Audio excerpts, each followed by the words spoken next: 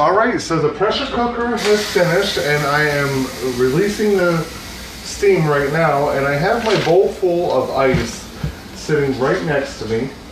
All right, and so once this gets released, I'm going to go ahead and start the process. I'm grabbing my miniature mitts here right now. Okay, so I'm going to go ahead and open it. All right. And I'm going to use my miniature oven mitts to grab hold of those handles, because those handles will be hot. All right.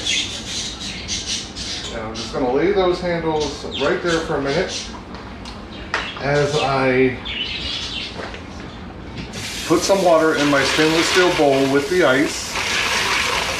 All right, and I'm just creating like an ice bath for the eggs.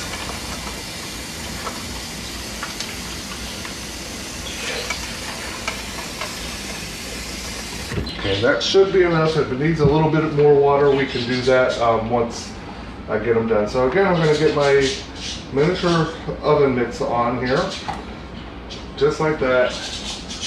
All right, and I'm going to just grab the eggs, and I'm going to pull them right over here to the bowl and kind of just slide the eggs right off. All right, just like so. And I'm going to do that with the other rack as well.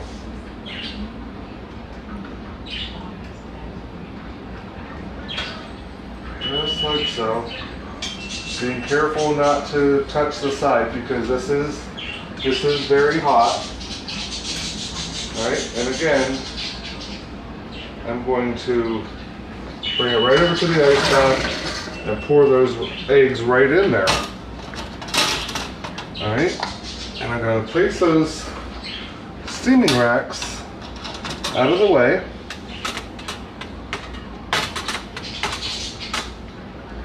All right, so first thing I'm going to do is just move them around to get everything nice and cooled down so it's not going to burn anybody. And I'm going to grab one of my flexible cutting mats. All right, and I'm just going to take one of the eggs. Try not to have it too wet because I don't want to make a mess here. All right, and I'm just going to kind of tap it around on the countertop, roll it around, not putting much pressure, just enough to get that peel started. And look at that. Perfect. Peeling it perfectly, not breaking the egg skin or whatever. I'll just rinse it in that cool water, and you'll see how quickly that will peel. So I'm going to go ahead and get my Cool and Serve out of the refrigerator, and I'm using our large Cool and Serve for this. I'm only going to be using one side of it because I'm only making 1 dozen of it, or 1 dozen deviled eggs, which is a total of 6 eggs. So I'm gonna, these innards, I have had this in the refrigerator already cooling down, but you can use it for the eggs, or you can use the flat side if you're using it for anything else, you know, vegetables, a meat tray, or something like that. So I'm going to go ahead and just turn the one side over, and then, you know, when we're having dinner, I'll probably put, you know, some type of condiment on the other side. All right, and so I'm going to grab my kitchen paring knife, and I'm just going to cut that egg in half, and using our 3-cup prep bowl, I'm going to just get the yolk out. All right, now these are still very warm on the inside, so, you know, if you're going to do it that quickly, you want to make sure you realize it's going to be a little warm. All right, just like so. And then I'm going to get another, and we're going to do a total of 6 eggs. So I'm going to get another one, just getting the worst of the or the most of the water taken off, and I'm just going to roll it. And again, just get that started. And I find with boiled eggs, you know, once you get under that layer of skin, it's going to peel. The rest of it will peel very nicely for you. But I mean, look how easily these are peeling, and I'm not like having to struggle with, you know, not breaking the egg or anything like that, which happens so often when you're doing things like this, and then they just look, you know, they're not pretty when you're trying to serve them. So for this guy, we'll go ahead and just set one side off like that. All right. And deviled eggs are something that, you know, aren't too hard to make, but you know, this one just kind of popped open for me, didn't it? So I'm going to go ahead and peel that one. All right. And again, slicing it in half with the paring knife, and I'm going to get the yolk out. Now for what I do sometimes also is, you know, I'll use the yolk in something else, and to make these a little bit healthier, you know, if you're watching cholesterol or for whatever reason, you can actually use the egg whites and put hummus in them, and it's really, it might sound kind of funny, but it's actually not bad at all. It's really kind of yummy. I have done that several times, and you know, they're not bad at all. But today I am doing the traditional deviled eggs. All right, dump that out. Now, what is anybody else doing? Hey Marie, how you doing? What is anybody else doing for Easter dinner? Are you doing a traditional meal like I am, or are you doing something different? Are you doing anything? You know, because here's the thing is, you know, I know we would all rather be having, you know, our family meals and stuff like that, but you know, I'm just trying to do things to keep it as normal as possible, even though we can't, you know, be with our families. I mean, we're with each other, and you know, our families are just a phone call away.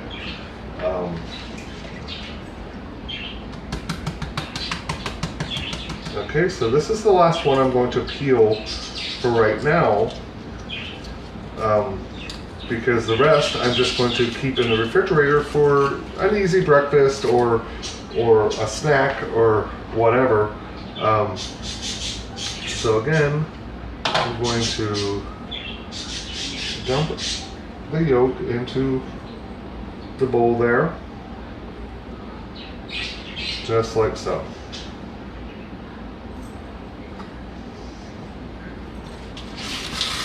Alright, that's going to go down the garbage disposal here in a minute.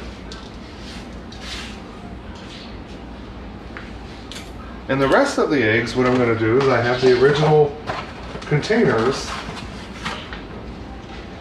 and I'm just going to place them right back into the container that they came from.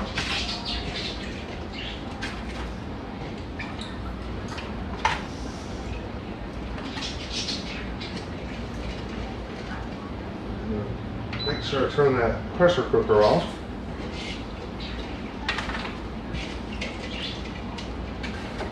I'm going to close those up, and I have a Sharpie that I keep in my kitchen, and I'm just going to make some type of mark on them so we know that these are the boiled eggs, and not to try to use those to scramble up breakfast, because you'll be disappointed. So that is that, and that way we have boiled eggs for a while. And we also have the eggs for our deviled eggs, and it only took 4 minutes to boil them up. So that will go right back into my refrigerator once I'm done here. All right. Get rid of that water.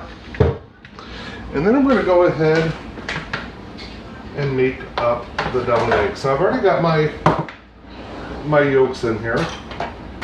All right, and I'm going to, sorry, I wasn't prepared this time for everything I'm going to need. And I'm just going to use a fork to kind of get the process started here. And I'm just kind of like breaking up those yolks. And really, your deviled eggs and what you put into them, it's really a personal choice. Some people like to add relish to it. Some people like to use salad dressing rather than mayonnaise. Some people do mustard, you know, and then other people don't. So, and if you use mustard, are you using yellow mustard, or are you going to use Dijon mustard? The way I like it is I just do the basic.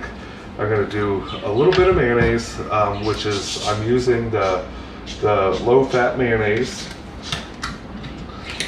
It's the Duke's low-fat mayonnaise, and I just find that Duke's gives my salads a creamier texture, so that's just my choice. All right, and I'm just going to, you know, about 2 spoonfuls, just to see where I am, and then I can add more mayonnaise if I feel I need it. Because deviled eggs, you don't want them to be you don't want your mixture to be too wet. So I think that's going to be a good consistency. All right, and I measure the consistency solely on the mayonnaise, because for the mustard, it's just a little splash. It's not anything that's going to make any difference to the texture. Literally maybe like a teaspoon and a half, if that. That doesn't even look like a full teaspoon. All right, and I'm just going to add that in. All right, just like so. And then I'm going to take my pepper grinder, and I'm going to do some fresh ground black pepper in it.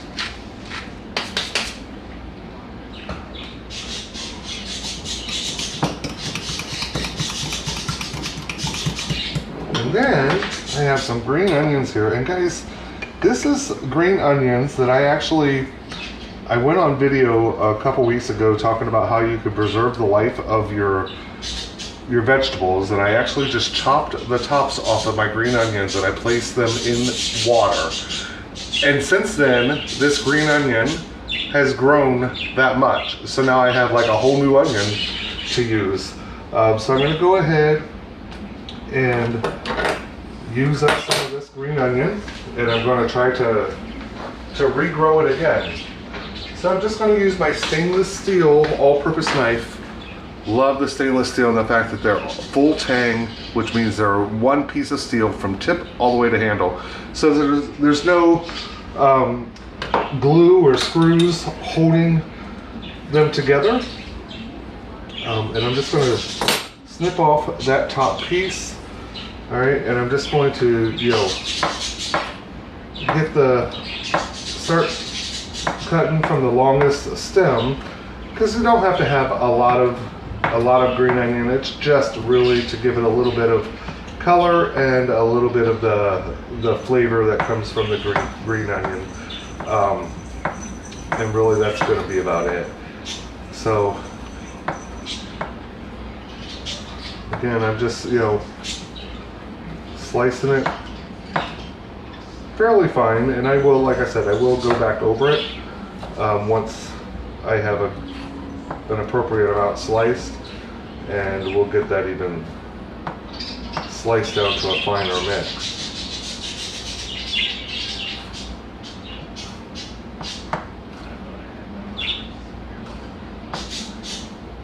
Okay, so what I've done is I've actually slice down a good part of that onion. All right, and I think that's going to be just about enough, just like that. So there's my onion again. If you continue watching me, what I have done, now one of these is actually, the leaf broke, so I'll go ahead and slice that down. But what I've done is I actually have a couple onions that I've been using, and I'm just putting them into a little bit of water, and then I'm changing that water out like every other day. But they're just, the tops are just growing back for me, so I can continue to use them, and I'm not spending any extra money on the onions. So, and right now that's like a really good way to, you know, I know onions aren't extraordinarily expensive, but you know, every dollar saved is a dollar, you know, in my pocket. So that is actually a really cool thing that I've started doing, and kind of disappointed in myself that it took me this many years to even start doing something like that, because I knew you could do it. I just, you know, never took the time or the effort to do it. Okay, so I've got my green onions sliced down to a pretty good texture, I feel. All right, but just to make sure, I'm going to grab my food chopper. All right, and I love this baby because when you're doing something like this, you can just get it down. Hey, Lori, happy Easter to you, hon. And I love the food chopper because when you're using it, you see how it kind of spins around? That's what's going to give you that great chopping or diced motion. And for something like this, that you don't want huge pieces, you can dice it down just as fine as you want. You have absolute full control on you know, the thickness of it. So I'm going to go ahead and get my little handy scraper, and I'm going to pull my mat just a little bit off the counter, so I can just put my eggs right under it. All right, and I'm going to just mix that right into the mixture. All right, so not only is it giving it, you know, that great flavor of the green onions, but it's also giving it a pretty look. All right, so now filling the eggs, there's so many different ways you can do this. You could use like an icing bag for cake decorating and fill it up. You could put your mix into a Ziploc bag and you can just squeeze it out. I'm going to be using our small scoop. This thing is great for cookies. It's great for doing stuff like what I'm doing right now. And it comes in 3 sizes. This is the small. We also have the medium and the large.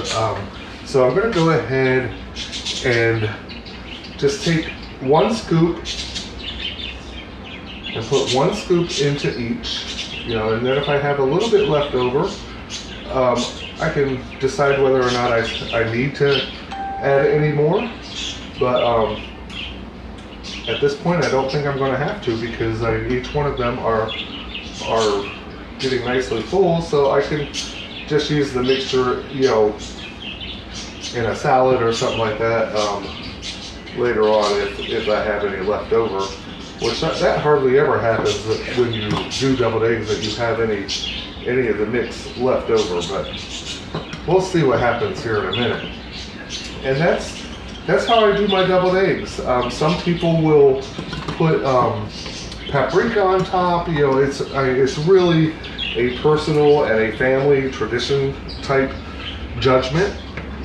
You know, to me, there's no right or wrong way. It's just, you know, however you grew up having them is generally pretty close to how you'll make them as an adult. Now, I grew up with them like this, minus the onion. My mother never added any onion to hers. I just like the flavor of the onion, so I kind of, you know, manipulated her teachings and her recipe that she had taught me, and kind of made it my own. So yeah, and that used up all of the mix. So then with the cool and serve, these are great like during the summertime if you're doing a barbecue or something like that and you need to be able to keep stuff cool. You have something like this that the insides are filled with gel and they get cold and they'll hold the cool as well. You know, you can use this for eggs, you can use this for meat trays, vegetable trays, you know, so many different things. If you're doing tacos, you know, say you're having you know, a get together and you're doing like a buffet with like taco fixings or whatever, there's also a cutout that you, hold on one second. It comes with the cutout that you can put your different vegetables into for serving like that. So you can have, you know, your lettuce and tomato and cheeses. You could have the smaller portions for like the different dips if you're doing a vegetable tray. So these are really great. They come in this size and then there's also a smaller one. But these are called our cool and serve. All right, so once again, that's all I have for you right now. I will be coming back on here in a little bit and doing my next project for the day. So I hope you stick with me. And once again, I appreciate each and every one of you. And I hope you're having a wonderful day and stay safe and healthy. Bye-bye.